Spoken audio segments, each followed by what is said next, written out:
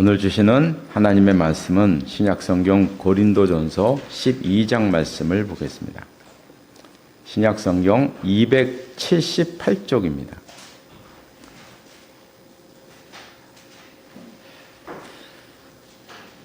고린도전서 12장 12절로 31절 말씀까지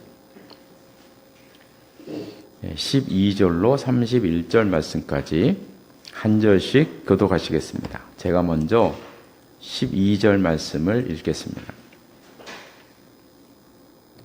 몸은 하나인데 많은 지체가 있고 몸의 지체가 많으나 한 몸임과 같이 그리스도도 그러하니라. 우리가 유대인이나 헬라인이나 소매나 자유인이나 다 한 성령으로 세례받아 한 몸이 되었고 또 다 한 성령을 마시게 되었습니다. 몸은 한 지체뿐만 아니요 여럿이니 나의 발이 이르되 나는 손이 아니니 몸에 아니하라 할지라도 이로써 몸에 붙지 아니한 것이 아니요 또 귀가 이르되 나는 눈이 아니니 몸에 붙지 아니하였다 할지라도 이로써 몸에 붙지 아니한 것이 아니니 만약에 온몸이 들리면 듣는 것은 없으며 온몸이 듣는 것이면 냉정하는 것은 없느냐.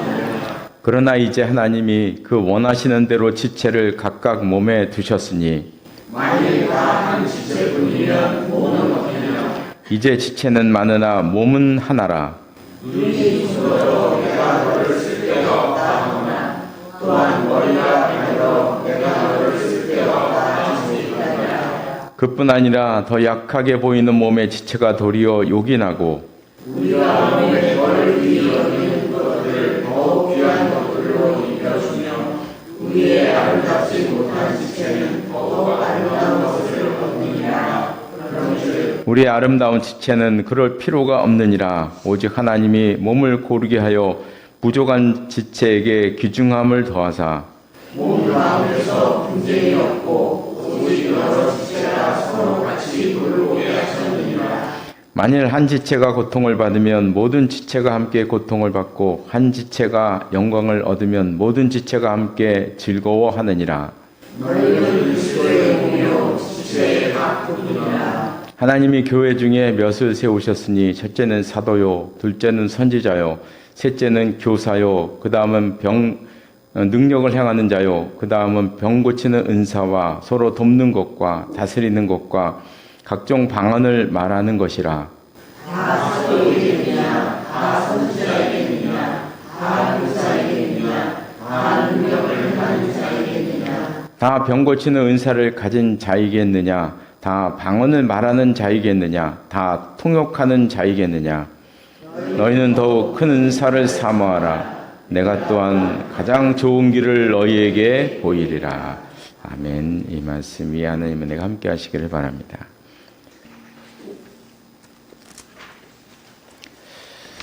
예, 우리가 오늘은 성령론 두 번째 말씀을 보도록 하겠습니다. 주보에 보시면 제가 교환을 만들었는데요. 지난주에 했던 내용을 이제 두 줄로 요약을 했습니다. 첫 번째 보면은 질문을 기록했는데요. 구약에도 계셨던 성령께서 왜 오순절에 다시 오셨습니까? 다른 분이 오셨나요? 뭐 이런 내용입니다. 구약 성경에 분명히 성령의 역사가 있었죠, 그렇죠? 이 말씀 지난주에 봤는데 하나님의 영이 사울에게 크게 임하였다. 예언도 했다. 사울왕이 예언도 했어요. 여기도 보면 사울이 이 말을 들을 때 하나님의 영에게 크게 감동되는 이런 장면을 우리가 볼 수가 있는데요. 구약에도 성령의 역사가 아주 많이 나옵니다. 그리고 또한 예수님께서 하신 말씀, 이해할 수 없는 말씀. 여기 보면 예수께서 아직 영광을 받지 아니하셨으므로 성령이 아직 그들에게 계시하였다. 아니 구약 때부터 계셨던 성령께서 왜 안 계시나요? 그렇죠? 계셨는데. 누가복음 보면 모태로부터 성령의 충만을 받았다.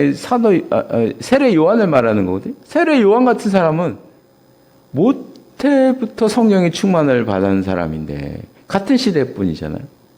세례 요한이나 예수님이나 같은 시대 사람인데 여기는 성령 충만함을 받았다고 분명히 기록했는데 아니 요한복음에서는 아직 계시지 않았다. 이게 도대체 무슨 말씀이냐? 이런 내용이었죠. 그래서 우리가 성령론을 얘기할 때 이 질문이 제일 중요합니다. 이 질문에 대한 답을 내리지 못하면 성령을 모르는 거죠. 매일 성령 얘기는 해도 성령님이 어떤 분인지 모르는 거예요, 사실요. 이 질문에 대한 답을 모르는 거예요.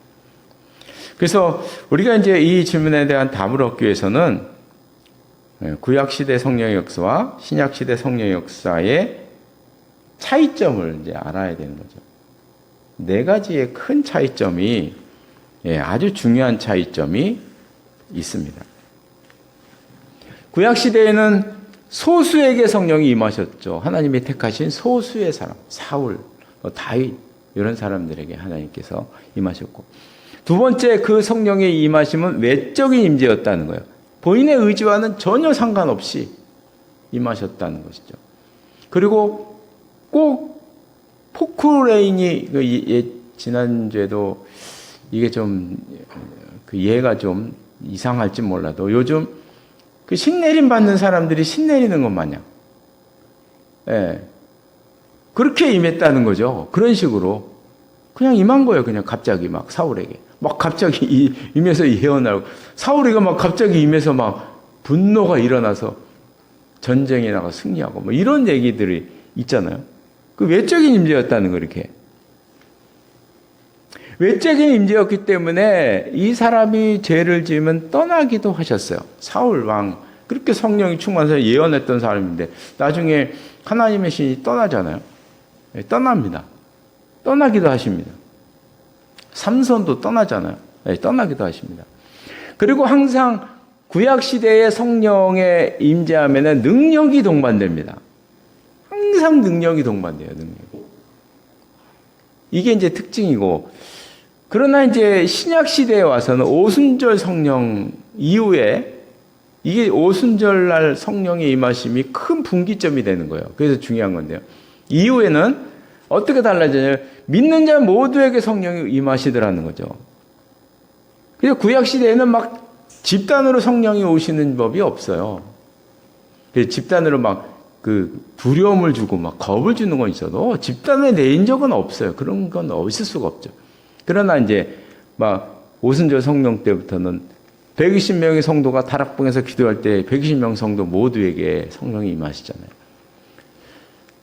그 다음에 이제 내적인 임재였다는 거죠. 구약 성경에는 외적인 임재였는데요.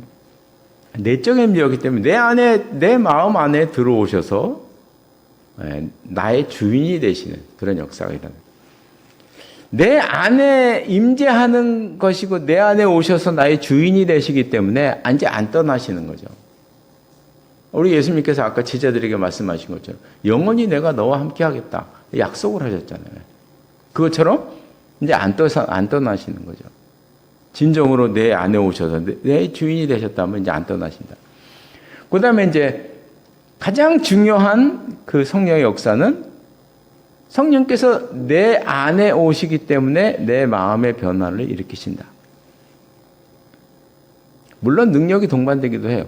그러나 중요한 것은 내 마음의 변화입니다. 그래서 우리가 오순절 성령의 역사를 한마디로 말하면 외적으로 임했던 그 성령께서 내 안에 내 마음 안으로 들어오셔서 나를 변화시키시고 나의 주인이 되신다. 이것이 오순절 성령의 가장 중요한 그 핵심적인 이야기다는 것을 우리가 기억을 해야 됩니다. 그런데 이 구약의 성령의 역사와 신약의 성령의 역사를 혼동하는 경우가 너무 많아요. 지금도. 그래서 많은 사람들이 사울왕과 삼손을 예를 들면서 너희가 교회에 충성하지 않으면 성령께서 떠나시고 너희가 버림받게 돼. 이런 메시지를 너무 많이 한다는 거죠. 이게 오순절 성령 역사의 진정한 의미를 모르기 때문에 이런 얘기를 자꾸 하는 거예요. 사울왕과 삼손의 경우는 우리에게 적용될 문제가 아닌 거죠. 그래서 오순절 성령 이외에 우리에게 적용될 수 있는 본문이 아닙니다. 그건. 네. 아닌 거예요. 그거는. 그 말씀은 적용이 잘못된 거죠. 설교가 잘못된 거죠. 그건. 우리 한국교회에서 가장 큰 문제는 여기서 나옵니다. 그래서 우리 한국교회도 성령의 그 역사에 관심이 많잖아요. 특별히 우리나라 사람들은 이성적인 것보다는 감성적이기 때문에 문화적으로는 뛰어나잖아요. 그죠? 근데 감성적이에요, 원래.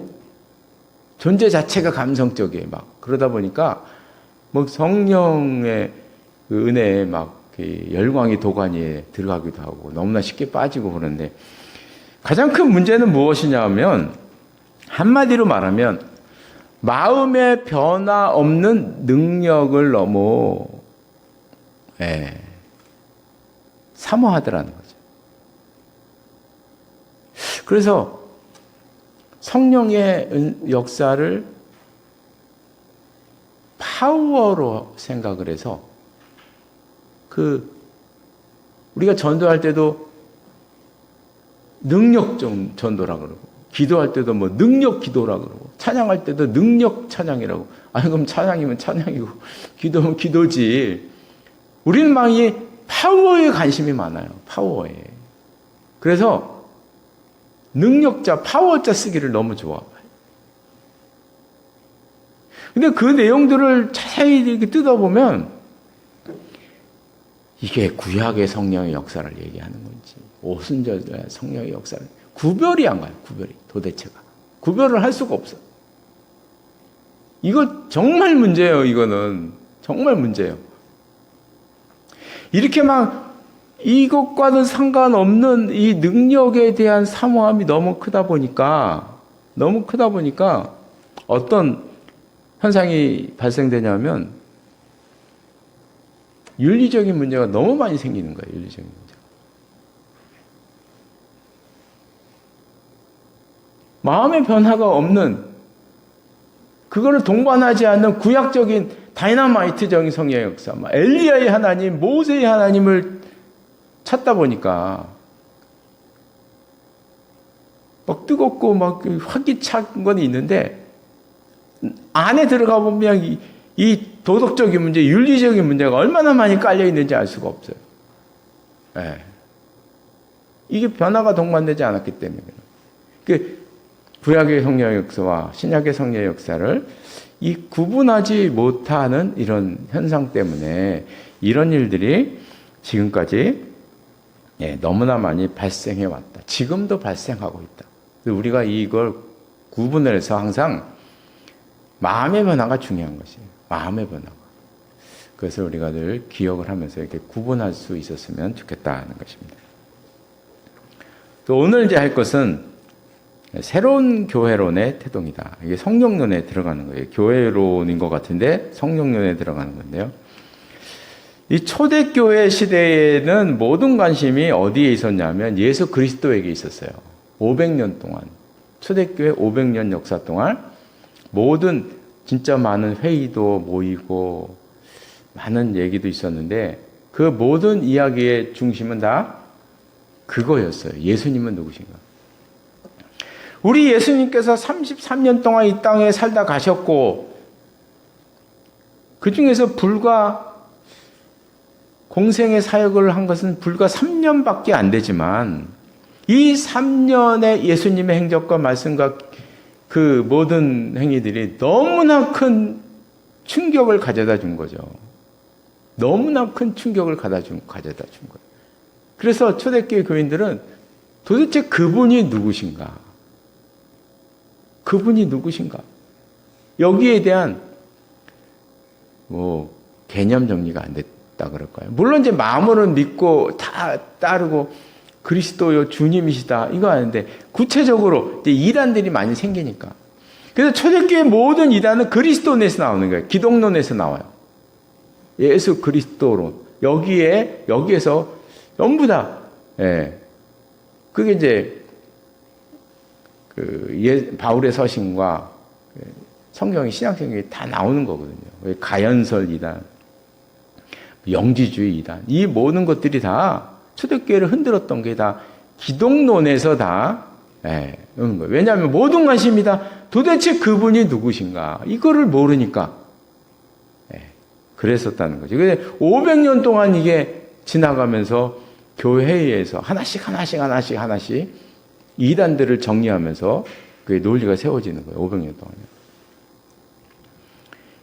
이제 현대의 관심은 무엇이냐면 한 200년 전부터 현대의 관심은 성령론에 있습니다. 아직도 성령론에 대한 개념이 정리가 안 됐어요. 정리가 잘 안 됐어요. 몰라요. 맨날 성령 이러고는 있는데 몰라요, 이걸 잘. 개념 정리가 안 돼 있는 거예요.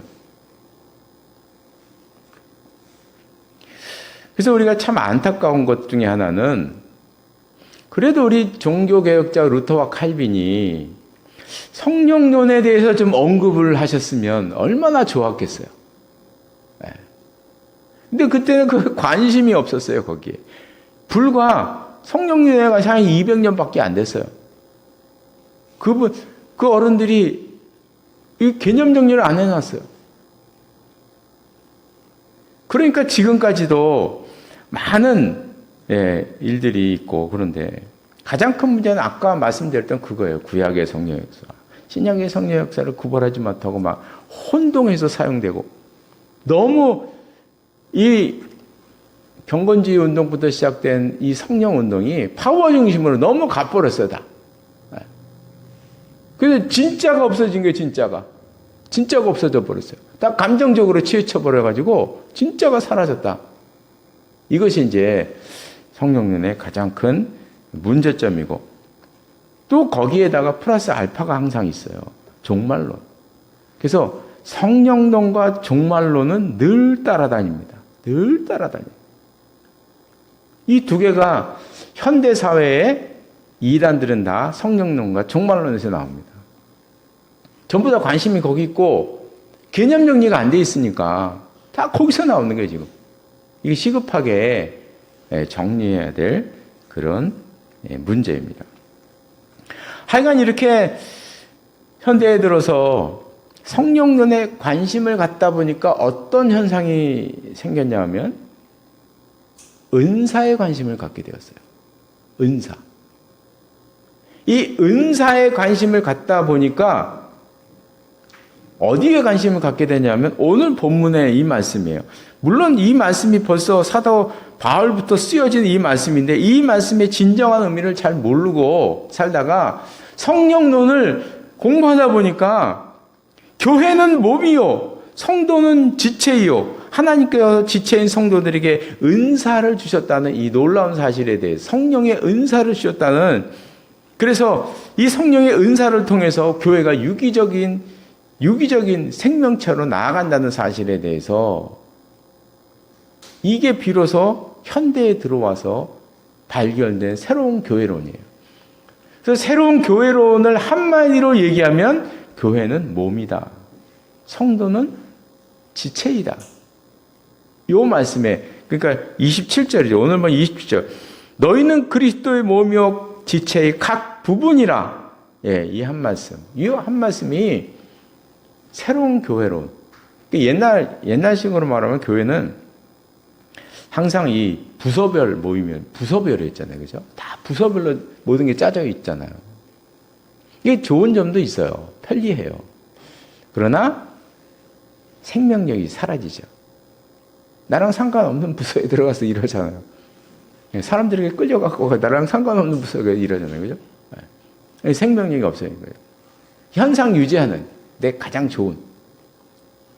그래서 이제 이때부터 이제 생겨나는 게 은사 네트워크나 뭐 은사별 배치 이런 데 이제 관심을 갖게 되고 교회에서 일어나는 많은 문제 가운데 하나가 바로 은사에 대한 이해가 부족했기 때문에 발생하는 것이다. 이런 것들을 이제 알게 된 거예요. 알게 된 거죠. 예를 들면 뭐 전임 목사님이 성령파였는데 맨날 기도하고 성령 집회를 했는데 새로운 목사님이 외국에서 공부하신 말씀을 히브리어 헬라어에 능통하신 분이 오셨어요. 그럼 어떻게 되겠습니까? 그 교회가 처음에는 좋아요. 처음에 우리도 헬라어를 하는구나. 우리도 히브리어를 하는구나. 이러면서 이제 처음에는 새로운 거니까 좋아요. 그런 교회는 제가 이렇게 여러 교회를 봤어요. 딱 3년 후에 그 교회에 큰 문제가 생깁니다. 갈등이 생깁니다. 그런 걸 이제 여러 교회를 알아요. 이게 누구 잘못이냐?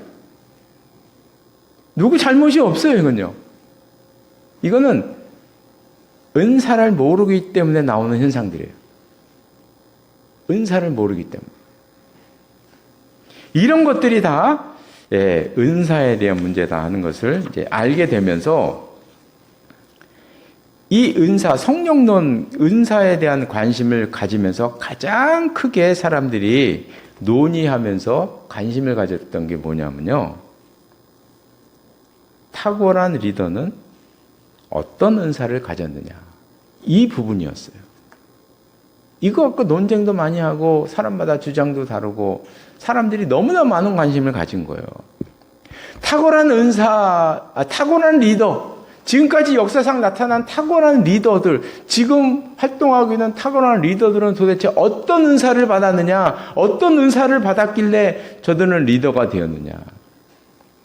어떤 분은 사랑의 은사다 이렇게 말하는 분도 있고, 아니다 어떤 분은 전도의 은사다 이렇게 말하는 분도 있고, 어떤 분은 아니다 말씀의 은사이다 이렇게 말하는 분이 있어요. 그래서 이런 여러 가지 의견을 가지고 오랜 기간 동안 서로 토의하면서 얘기하면서 했어요. 그러다가 이제 전 세계적으로 유명한 리더들과 탁월한 소그룹 리더들을 그분이 어떤 성향을 가졌고 어떤 은사를 받았는가를 전수조사를 한 적이 있었어요. 한번 어느 단체가. 그래서 거기에 나온 결과가 예전에도 한번 제가 말씀드린 적이 있어요. 리더가 되는 은사는 없더라. 이게 답이었어요. 탁월한 리더가 되는 특별한 은사는 없더라. 왜냐하면 너무나 다양하게 나와서 너무나 골고루 나와가지고 이게 어느 한 은사가 그냥 탁월하게 탁 튀어나와야 되는데 그게 아니에요. 다 모든 은사들이 다 골고루 나온 거예요. 그래서 결론이 나왔어요. 탁월한 리더가 되는 은사는 없다. 그럼 도대체 탁월한 리더는 어떤 사람들이냐 하고 조사해 봤더니 아주 중요한 결과가 나왔죠. 그 은사가 어떤 은사이건 자기 은사를 잘 활용하는 사람이더라. 자기 은사를 잘 활용하는 사람. 이게 탁월한 리더예요. 더 위대한 리더는 누구냐? 자기 은사를 잘 활용함을 넘어서 다른 사람의 은사를 잘 활용하는 사람이더라. 그런 이제 결과가 나오게 된 거죠. 이 중요한 결과입니다. 중요한 결과. 내 은사를 잘 활용하는 사람. 이것이 탁월한 사람.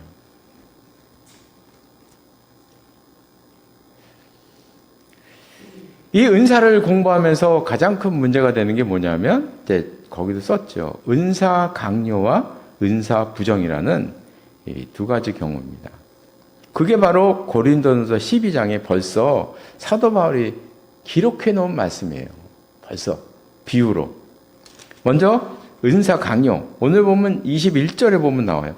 눈이 손도로 내가 너를 쓸데없다 하거나 또는 머리가 발도로 내가 너를 쓸데없다 하지 못하리라. 은사 강요. 교회에서 일어나는 많은 잘못 가운데 하나는 은사 강요입니다. 이게 어떤 일들이 이제 발생하냐면 예를 들면 이런 거예요. 전도에 엄청난 관심을 가진 목사님이, 전도의 은사와 열정을 가진 분이 매일 설교에 전도 하셨다고 이제 보셔요. 네, 하셨어요. 그럼 이제 성도 가운데, 성도는 다양한 은사를 가지잖아요. 전도의 은사를 가진 분은 막 마음에 불이 붙어요. 와, 과연 그렇구나. 그러면서 이제 막 열의를 다지고 결의를 다지고. 근데 그 은사가 없는 분들은 죽을 맛인 거예요. 설교 때마다 아주 그냥 죽을 맛인 거예요. 맨날 죄책감, 설교를 들을 때마다 죄책감을 느껴. 죄책감을 느껴. 내가 뭐가 잘못된 거고, 내가 잘못된 건가. 이렇게 생각을 하게 되는 것이죠. 기도에 엄청난 관심을 가진 목사님이 매일매일 기도에 대해서 얘기해요. 그런데 성도 가운데 말씀의 은사를 가졌고 가르침의 은사를 가진 이쪽의 분들은 늘 그런 기도를 들을 때마다 마음에 메마름과 갈증을 느끼는 거예요. 나는 성경 공부를 하고 싶은데, 난 말씀을 듣고 싶은데, 매일 그 기도 얘기만 해요. 매일. 이 알고 보면 이거 다 일종의 은사 강요이죠. 나도 모르게 은사 강요를 하는 거예요. 물론 이제 리더의 은사가 중요해요. 그 모임을 이끌어가는데. 그러나 그게 강요가 되어서 돼버리면은 이러면 나머지 분들은 이제 어떻게 하겠어요? 이런 경우들이 많이 일어나더라고요. 또 하나는 은사 부정이, 은사 강요가 많이 일어나는 곳에 은사 부정도 일어납니다. 그래서 오늘 보면 15절에 나와요. 만일 발이 이르되 나는 손이 아니니 몸에 붙지 아니하였다 할지라도 이로써 몸에 붙지 아니한 것이 아니다. 자기 은사는 너무 보잘것없다고 생각을 하는 거예요. 너무 보잘것없다. 난 쓸데없다. 우리 교회에 필요가 없구나. 하나님이 나라에 도움이 안 되는구나. 이렇게 생각을 이제 하게 되는 것입니다. 그러나 우리가 항상 기억해야 될 것은 내가 아무리 부족한 사람이라고 할지라도, 내가 가지고 있는 은사가 아무리 부족한 것이라고 할지라도 항상 기억해야 될 것이 있어요. 그 은사는 내가 잘 활용하면 나도 탁월한 리더가 될 수 있다는 사실이에요. 내가 어떤 은사를 받았느냐에 상관이 없는 거이거든요. 하나님이 내게 주신 은혜를 잘 활용하면 그 사람은 있는 곳에서 탁월한 리더가 될 수 있습니다. 누구에게나 다 그랬어요. 누구에게나. 언제나 기억을 하셔야 돼요. 마지막으로 이제 은사의 종류에 대해서 간단히 이제 보고 마치겠는데요. 제가 이제 성경 본문을 몇 군데를 써놨어요. 이제 가장 우리가 잘 아는 이제 성령의 9가지 은사. 그래서 고린도전서 12장 1절에서 8절 우리가 읽었던 본문 앞에 나와 있는 지혜의 말씀, 지식의 말씀, 영분별, 기적, 치유, 능력 행함, 방언, 통역, 예언 이런 이제 아주 9가지 은사가 있고요. 또 로마서 말씀을 이제 보면 이런 말씀이 있어요. 예언, 섬기는 일, 가르치는 일, 위로하는 일, 구제하는 일, 다스림, 긍휼 이런 것도 다 은사다. 이렇게 은혜 받은 대로 받은 은사에 대해서 말씀하고 있어요. 위로도 은사이고요. 가르침도 은사이고 섬기는 것도 은사이고요. 다스리는 것도 은사이고 구제도 긍휼을 베푸는 것도 다 은사다. 이렇게 말씀하고 있어요. 또 한 종류가 있죠. 에베소 4장 11절. 어떤 사람은 사도로, 어떤 사람은 선지자로, 어떤 사람은 복음자, 어떤 사람은 목사, 교사로 삼았다. 또 이제 이건 직분에 대한 거잖아요. 그죠? 직분에 대한 거고요. 직분도 은사입니다. 그 다음에 또 이제 구약성경에도 보면 이런 말씀이 나와요. 출애굽기 31장에 보면 하나님의 신을 그에게 충만하게 지혜와 총명과 지식과 여러 가지 재주를 주셨다. 이것은 이제 성전에 있는 기구들을 만드는 사람에게 하나님께서 특별한 기구를 잘 만드는 재주와 지혜를 주셨다는 이제 말씀이거든요. 이런 은사도 성경에 있고요. 또 아주 그 특별한 은사들도 많이 있어요. 이것도 은사인가 하는 은사들도 있어요. 대접하는 것, 이것도 은사로 성경에 나와 있어요. 그리고 독신, 이것도 은사라고 표현하고 있어요. 아무나 할 수 있는 게 아니다. 성경에 말씀하고 독신도 은사예요. 그리고 자원하여 궁핍하게 되는 일, 이것도 은사예요. 자원해서 내가 궁핍하게 되는 거 아무나 할 수 있는 게 아니거든요. 우리는 생각하잖아요. 그죠? 뭐 그게 은사인가? 이렇게 생각하잖아요. 또 분명히 은사예요. 아무나 할 수 있는 것이 아니죠. 그리고 순교도 은사고요. 또 선교사도 선교의 일. 그러니까 다른 문화권에 가서 적응해서 살아가는 것. 이것도 물론 이제 우리들도 다 가서 살 수도 있겠지만 근데 거기서 특별히 빛을 발하는 사람이 따로 또 있다는 것이죠. 그런 선교의 은사를 가진 사람도 또 있다. 이렇게 말씀을 하고 있습니다. 근데 이런 은사들을 세 가지로 나누어서 얘기하는데요. 한번 보면은 아까 봤던 두 번째 거, 직분의 은사가 있어요. 직분도 은사라고 돼 있어요. 그 다음에 이제 역사하는 은사가 있어요. 특히 고린도전서 12장 1절에서 8절까지 나오는 이 9가지 은사가 사람들이 상당히 많이 관심을 갖는 게 너무나 파괴력이 있기 때문에 그런 거예요. 눈에 띄니까. 이 중에 하나만 있으면 엄청난 거 아니에요. 그죠? 그러니까 이런 역사하는 이런 이제 능력을 행하는 이런 은사가 있어요. 그 다음에 세 번째가 아까도 나왔는데요. 이런 은사 것도 있다는 것이죠. 이건 동기가 되는 은사가 있다는 거예요. 이 세 가지 종류의 은사를 우리가 구별해 보면 직분의 은사와 역사하는 은사는 외적인 은사예요. 외적인 은사입니다. 외적으로 드러나는 은사예요. 드러나는 은사입니다. 그리고 동기가 되는 은사는 내적인 은사예요. 내 안에 이제 간직되어 있는 은사라는 거죠. 이 세 가지 은사 중에서 성령의 열매와 관계되는 것은 동기되는 은사밖에 없습니다. 동기되는 은사입니다. 그래서 우리가 은사에 대한 관심을 가질 때는 외적인 은사보다는 외적인 은사는 일시적인 것이거든요. 일시적인 거예요. 시간 가면 없어지는 것들이에요.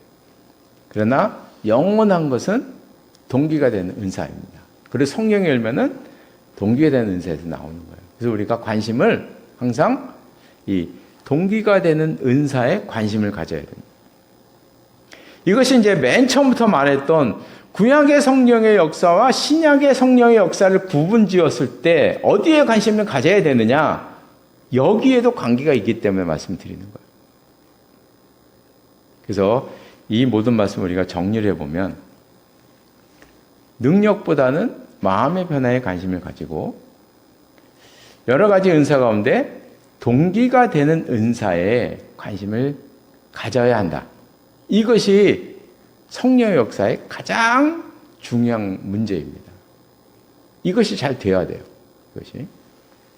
그리고 내가 어떤 은사를 가졌든지 그것은 중요하고 안 중요하고 그런 문제는 없다. 그런 은사는 없다는 것을 우리가 기억을 해서 그래서 잘 활용하는 것이 우리의 과제이다.